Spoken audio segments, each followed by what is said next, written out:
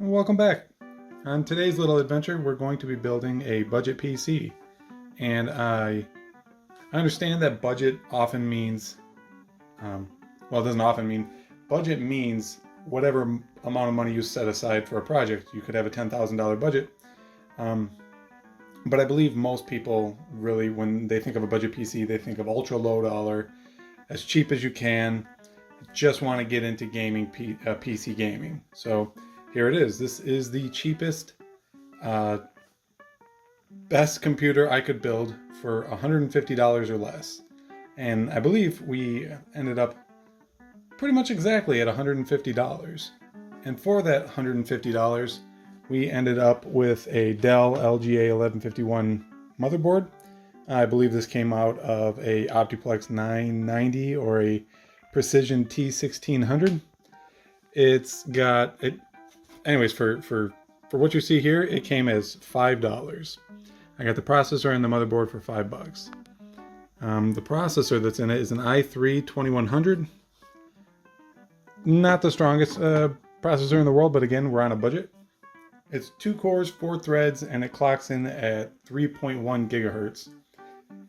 Again, not a powerhouse, but it should be able to play, at least on low settings, many of today's games. The next thing I want to go over is the RAM. This RAM is from the $5 PC that we got off of Facebook. It ended up dying, unfortunately, so I kind of scavenged the RAM. You'll notice that there's kind of an odd man out here. That's because also one of the sticks of RAM died as well. So we got a 500 gigabyte hard drive, got this for $6. Standard Intel cooler, got that for $5. I got a 400 watt, I believe it's a Dynex power supply. Dynex, I believe, was Best Buy's in-house brand about 10 years ago. Now it's Insignia, I believe. But this has all the connections we're going to need, and it's survived this long, so let's give it a go in this. And then the video card that we're going to go with, the GPU, the pretty much tried and true GTX 750 Ti 2 gigabyte version. Well, there's no sticker on the back. Yeah, I believe this is the 2 gigabyte version. Anyways, this was what the bulk of the budget of the computer was spent on. It was $65. However, you need something that's compatible with a higher version of DirectX. 2 gigs of VRAM, I think, in my opinion, is the absolute minimum you'd want for really any game. I mean, the 750 Ti is just a solid performer for the money, so I believe it's going to suit us pretty well. There's a few things on the table that don't look pretty standard at all. We'll start with these right here. What these are for is this is to keep this motherboard happy. Because if we plug it in right now, you know, put a CPU cooler on it, power supply, all that, and turn it on, it'll post. You can boot into Windows, but you're going to get a whole host of errors or warnings when you first start it up. One, I believe, is going to be, you know, your LED diagnostic lights are missing, so it'll complain about that. It'll complain about your front panel not being hooked up, your audio, your power buttons, you know, stuff like that. So these are kind of a necessary thing. Since we get the power or the motherboard so cheap, the $17 or so I paid for these on eBay is well worth the hassle, or well worth the money spent to avoid the hassle. Next up is these 2 little adapters, and basically it's to adapt the Dell 5-pin fan header to just your standard PWM fan header. And without these, the motherboard is going to complain that, you know, there was a system fan failure, CPU fan failure, and you could just skip it by pressing, I believe it's F1 or F2, but it's an annoyance. You'd rather just start right up. So that's gonna solve all those issues there. And then the last thing we have is the case. This was the thing I spent the second most amount of money on. This was $30. It's a Roswell something Chinese, but for $30 you usually don't get tempered glass and all the new amenities. Like you're not going to end up with a Fantex or an NZXT case for like $30, unless you really luck out. And I didn't luck out, so I ended up with this. And it's not bad. I mean, you get your clear side, and it is kind of sleek looking. It's kind of chintzy feeling, but it will hold the computer together, and it does have fans in it, 3 of them to be exact. So for 30 bucks, I can throw all this in here, and we'll have a working computer that we can play games on. So I'm gonna put this together, and then we'll, I'll install Windows and all that, and we'll try out a few games. And as far as gaming goes on this, I'm looking to play Minecraft, some of the older games, maybe some Valorant. Who knows what we can get to run on this? We'll have to find out. It'll be an adventure. All right, real quick, I wanted to go over something regarding these Dell motherboards real quick. You'll notice that I had a stock Intel cooler that I want to put in here. However, as the motherboards come from the factory, at least these Dell ones, you can't put a stock cooler on there, even though this is the stock mounting hole locations for an Intel cooler. Dell has affixed their own proprietary backing plate with threaded bosses and these, I don't know if they're plastic or whatever, but these little spacers or washers. It's all held on usually by tape or real light strength glue. And you can usually just pull it right off of the board, and you're not going to hurt anything. So usually, oh, yeah, there we go. Just grab it at the corners and pull up, and it will pop off.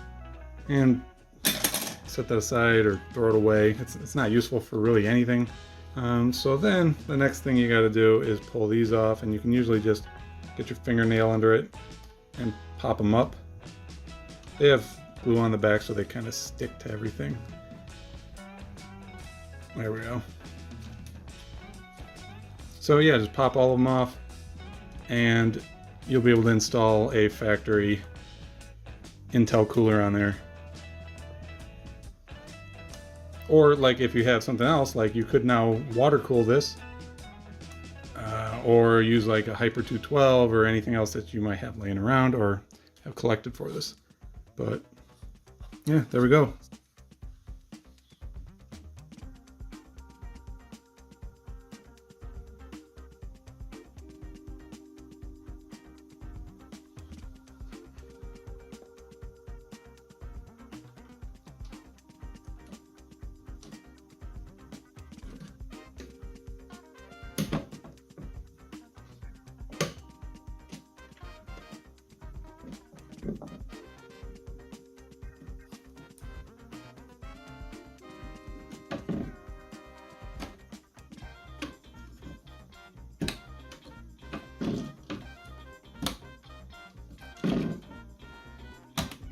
Okay, if you buy these, and I've used them a time or two, Harbin Repairs is the name of the seller on eBay.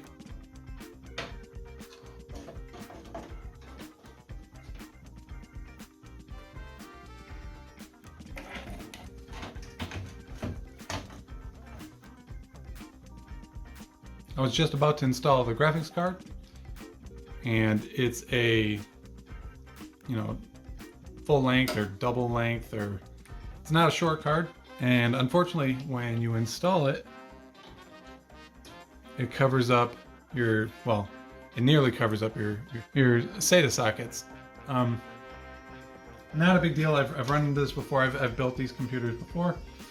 All you got to do, make sure you have a 90-degree SATA cable, and unfortunately these ones are keyed in such a way that they install like this onto the board with the wire facing left.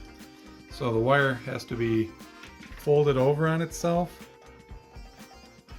and then installed, and then we'll be able to put our graphics card in and have just enough clearance for our SATA cables. And it does limit us though. We can only use 2. I only need 2 for this build, but it is something to think about. If you were to get, if you were to get a short card like this 650 Ti, it'll go in there no problem and have plenty of room for your SATA connectors. However, this is the card that I found when I was shopping for bargains. And of course the 750 Ti is going to be faster than the 650 Ti, so I want to put the 750 Ti in there. So that's what we're going to do.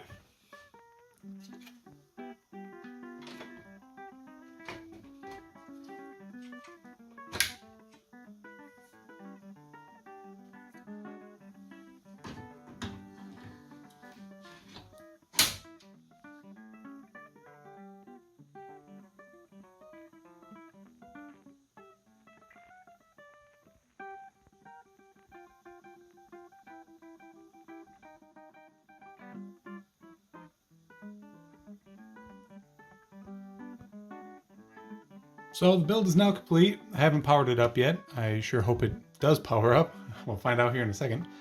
It came out pretty clean. It doesn't look like an Office PC or at least a Dell anymore. Although wiring came out fairly tidy for what this case is. It really offers not a lot of space behind this motherboard tray. So it's kind of like that Homer Simpson meme. But the front looks clean and neat. Minus, mustard and ketchup wires here, but what can you expect? $5 for the power supply. And I think it complements our, spinach green motherboard pretty well. So let's benchmark it a little bit and then try some games. All right, let's boot it up for the first time.